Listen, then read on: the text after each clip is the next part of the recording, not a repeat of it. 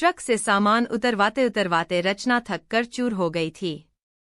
यूं तो यह पैकर्स वालों की जिम्मेदारी थी, फिर भी अपने जीवन भर की बसीब साई गृहस्थी को यूं एक ट्रक में समाते देखना और फिर भागते हुए ट्रक में उसका हिचकोले लेना, यह सब झेलना भी कोई कम धैर्य का काम नहीं था। उसका मन तब तक ट्रक में ही अटका रहा था जब तक वह सही सलामत अपने गंतव्य तक नहीं पहुंच गया था। खैर, रचना के लिए यह कोई नया तजर्बा नहीं था। तबादले का दंश तो वह अपने पिता के साथ बचपन से ही झेलती आ रही थी। हाँ, इसे दंश कहना ही उचित होगा क्योंकि इसकी तकलीफ तो वही जानता है जो इसे भुगतता है। रचना को यह बिल्कुल पसंद नहीं था क्योंकि स्थानांतरण से होने वाले दुष्परिणामों से वह भली भांति परिचित थी। बाकी सब बातों की परवाह न करके जिस बात से रचना सबसे ज्यादा विचलित रहती थी वह यही थी कि पुराने साथी एकाएक छूट जाते हैं। सभी दोस्त, साथी, गली महल्लों के रिश्ते पलक झपकते ही पराये हो जाते हैं और हम खानाबदोशों की तरह अपना तंबू दूसरे शहर में तानने को मजबूर हो जाते हैं। अजनबी शहर, उसके तौर तरीके अपनाने में काफी दिक्कत आती है। नए शहर में कोई परिचित चेहरा नजर नहीं आता। वह दुख सुख की बात करे तो किससे, घर जाए तो किसके और अपने घर बुलाए तो भी किसे। नया शहर, नया घर उसे काटने को दौड़ता था। सौरभ यानी रचना के पति को इससे विशेष फर्क नहीं पड़ता था क्योंकि उनको तो आते ही ड्यूटी ज्वाइन करनी होती थी और वे व्यस्त हो जाते थे। यही हाल बेटे पर्व और बेटी पूजा का था। वे भी अपने नए स्कूल व नई कॉपी किताबों में खो जाते थे। रह जाती थी तो रचना घर में बिल्कुल अकेली, अपने अकेलेपन से जूझती। यह तो भला हो नई तकनीक का, जिसने अकेलेपन को दूर करने के कई साधन निकाल रखे हैं। रचना उठते बैठते फेसबुक व व्हाट्सएप के जन्मदाताओं का आभार व्यक्त करना नहीं भूलती थी। उसकी नज़र में लोगों से जुड़ने के ये साधन अकेलापन तो काटते ही हैं, साथ साथ व्यक्तिगत स्वतंत्रता भी प्रदान करते हैं। खासकर स्त्रियों को डोड घर की चारदीवारी में रहकर भी वह अपने मन की बात इनके जरिए कर सकती है। दिनचर्या से निवृत्त होने के बाद रोज की तरह रचना अपना स्मार्टफोन लेकर बैठ गई। उसमें एक फ्रेंड रिक्वेस्ट थी। नाम पढ़ते ही वह चौंक गई, नीरज सक्सेना। उसने बड़ी उत्सुकता से उसकी प्रोफाइल खोली तो खुशी व आश्चर्य से झूम उठी। अरे, यह तो वही नीरज है जो मेरे साथ पढ़ता था, उसके मुंह से निकला। पापा का अचानक से ट्रांसफर हो जाने के कारण वह किसी को अपना पता नहीं दे पाई थी और नतीजा यह था कि फेयरवेल पार्टी के बाद आज तक किसी पुराने सहपाठी से नहीं मिल पाई थी। उसके अंतर्मन का एक कोना अभी भी खाली था जिसमें वह सिर्फ और सिर्फ अपनी पुरानी यादों को समेट कर रखना चाहती थी और आज नीरज की ओर से भेजी गई फ्रेंड रिक्वेस्ट दिल के उसी कोने में उतर गई थी। उसने फ्रेंड रिक्वेस्ट स्वीकार कर ली। फिर तो बातों का सिलसिला चल निकला और जब भी मौका मिलता दोनों पुराने दिनों की बातों में डूब जाया करते थे। बातों ही बातों में उसे पता चला कि नीरज भी इसी शहर में रहता है और यहीं आसपास रहता है।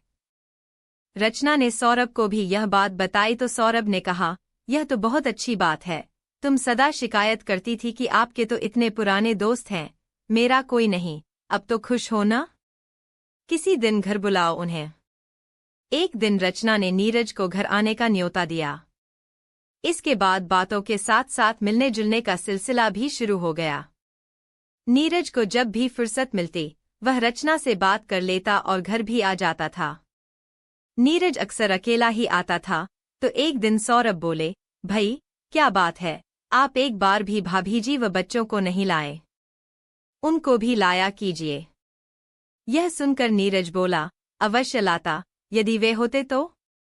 क्या मतलब, तुमने अभी तक शादी नहीं की?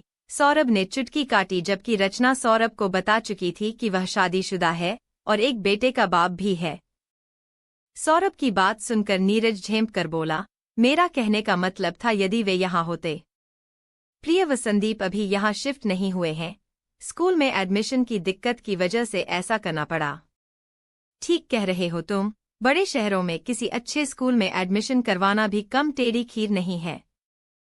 हमने भी बहुत पापड़ बेले हैं बच्चों के एडमिशन के लिए। अब सौरभ और नीरज में भी दोस्ती हो गई थी और स्थिति यह थी कि कई बार नीरज बिना न्योते के भी खाने के समय आ जाता था। नीरज के घर में आने से रचना बहुत खुश रहती थी और बहुत ही मानमनुहार से उसकी खातिरदारी भी करती थी। एक बार खाने के समय जब नीरज के बार बार मना करने पर भी रचना ने एक चपाती परोस दी तो सौरभ से रहा नहीं गया और वे बोले, खा लो भैया, इतनी खुशामद तो ये मेरी भी नहीं करती। बात साधारण थी पर रचना को यह चेतावनी सी प्रतीत हुई। पति पत्नी के नाजुक रिश्ते में कभी कभी ऐसी छोटी छोटी बातें भी नासूर बन जाती हैं, इसका एहसास था उसे। उस दिन के बाद से वह हर वक्त यह ख्याल भी रखती कि उसके किसी भी व्यवहार के लिए सौरभ को टोकना न पड़े, क्योंकि रिश्तों में पड़ी गांठ सुलझाने में हम अक्सर खुद ही उलझ जाते हैं। एक शाम जब सौरभ ऑफिस से आए तो बोले, आई एम सॉरी रचना, मुझे कंपनी की ओर से 15 दिनों के टूर पर अमेरिका जाना पड़ेगा। मेरा मन तो नहीं है कि मैं तुम्हें इस नए शहर में इस तरह अकेले छोड़कर जाऊं, पर क्या करूं, बहुत जरूरी है, जाना ही पड़ेगा। यह सुनकर रचना को उदासी व चिंता की परछाइयों ने घेर लिया। वह धम से पलंग पर बैठ गई और रुआंसा होकर बोली, अभी तो मैं यहाँ ठीक तरह से सेटल भी नहीं हुई हूँ। आप तो जानते ही हैं कि आस पड़ोस वाले सब अपने हाल में मस्त रहते हैं, किसी को किसी की परवाह नहीं है यहाँ। ऐसे में 15 दिन अकेली कैसे रह पाऊंगी। Oh don't worry, I know you will manage it, मुझे तुम पर पूरा भरोसा है।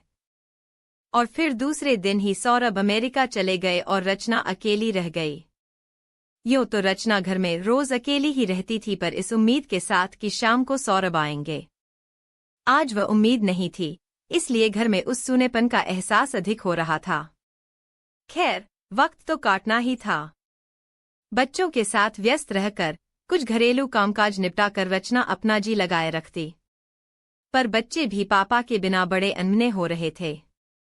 नन्ही पूजा ने तो शायद इसे दिल से ही लगा लिया था। सौरभ के जाने के बाद उसका खाना पीना काफी कम हो गया था। वह रोज पूछती, पापा कब आएंगे, और रचना चाहकर भी उसे खुश नहीं रख पाती थी। एक शाम पूजा को बुखार आ गया। बुखार मामूली था, इसलिए रचना ने घर पर रखी बुखार की दवा दे दी, फिर समझा बुझाकर कुछ खिलाकर सुला दिया। आधी रात को पूजा के कसमसाने से रचना की नींद खुली तो उसने देखा पूजा का बदन बुखार से तप रहा था।